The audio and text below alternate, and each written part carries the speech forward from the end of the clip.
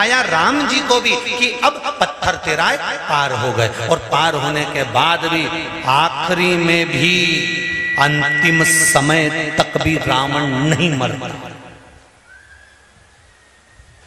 तब हनुमान जी एकांत में गए। शंकर भगवान के अवतार हैं श्री हनुमान जी महाराज। उन्होंने ध्यान दिया, भोलेनाथ जी से कहने की जगह अपने पिता पवन देव से कहा, पिताजी बताओ ये रावण तो मरता ही नहीं है, बड़ा प्रयास करके देख लिया पर ये मरे ही नहीं, बाणों पर बाण छोड़ दिए पर मरता नहीं है, कुछ उपाय बता। विभीषण ने जैसा जैसा बताया तो भी नहीं मर रहा है। नाभि में अमृत है, ये विभीषण ने बता दिया था राम जी को, और राम जी ने 7 कर बाण छोड़ दिया था नाभि में, तो भी नहीं मरा। तो टेंशन नहीं होगा।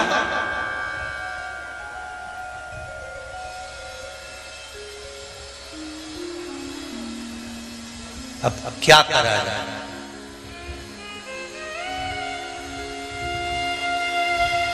पंडित जी ने जैसा जैसा बताया था सब कर दिया। राम जी ने भी विभीषण के कहने पे करा कि बाण छोड़ा, नाभि में गया अमृत सूखने के लिए, पर नहीं मारा।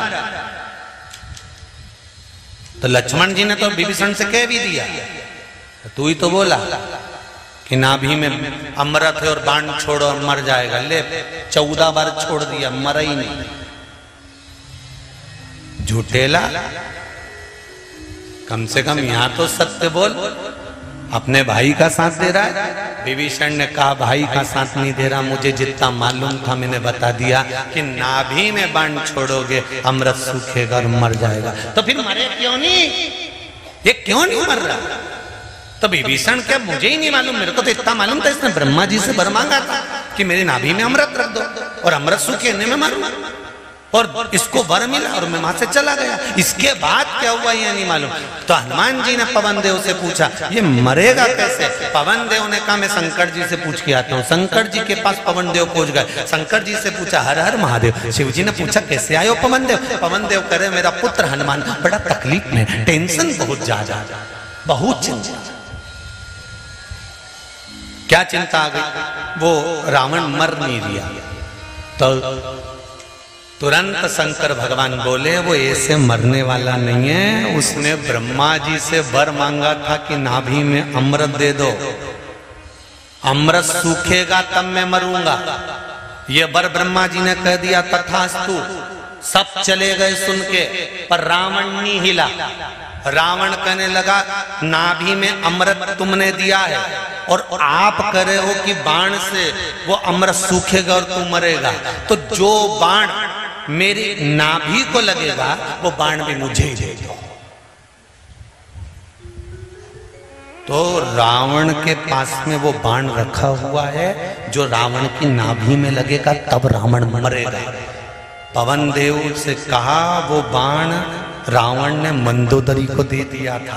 मंदोदरी ने कहा छुपा के रखा भी है, तुम्हारे पुत्र जाने और तुम जानो।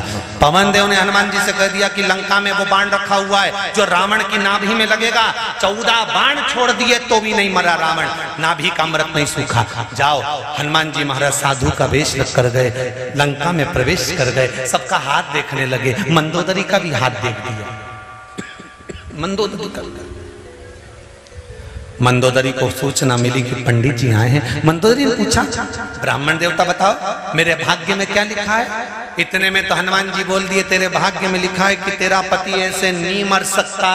मंदोदरी बोली बोल तो बिल्कुल पक्का। तो हनुमान जी बोले जब तक तू है तब तक तेरा पति नहीं मरेगा। कि महाराज बिल्कुल पक्का। हनुमान जी बोले रावण ने तुझे ऐसी चीज लाके दे दी थी कि वो रावण की नाभि में लगेगी तभी रावण मरेगा। बिल्कुल महाराज बिल्कुल पक्का।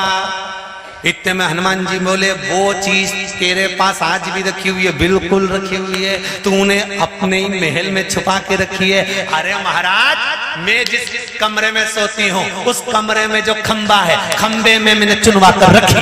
हनुमान जी ने कहा हो गया। हो गया क्या? हनुमान जी कूद पड़े और गए, खंबा तोड़ा, उसमें से बाण निकाल कर रहा है, राम जी को दिया। राम जी से कहा अब छोड़ो, और राम जी ने जो बाण छोड़ा और नाभि में लगा, तब जाके दादा निपटा, तब जाके प्राण छूटे, तब अब प्राण छूट गए। तो हनुमान जी से पूछा राम जी ने कि तुझे किसने बताया था? हनुमान जी बोले मेरे पिताजी ने। पिताजी को किसने बताया था?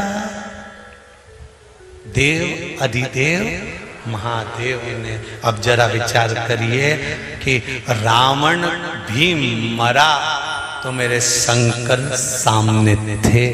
ये निश्चित है कि शिव बिना पत्ता नहीं हिल सकता, ये बिल्कुल निश्चितता है। 33 कोटि देव भी जब हार जाते हैं तब अंत में देव अधिदेव महादेव के पास पहुंचकर कहते हैं अब आप संभाल लीजिए, अब आप संभाल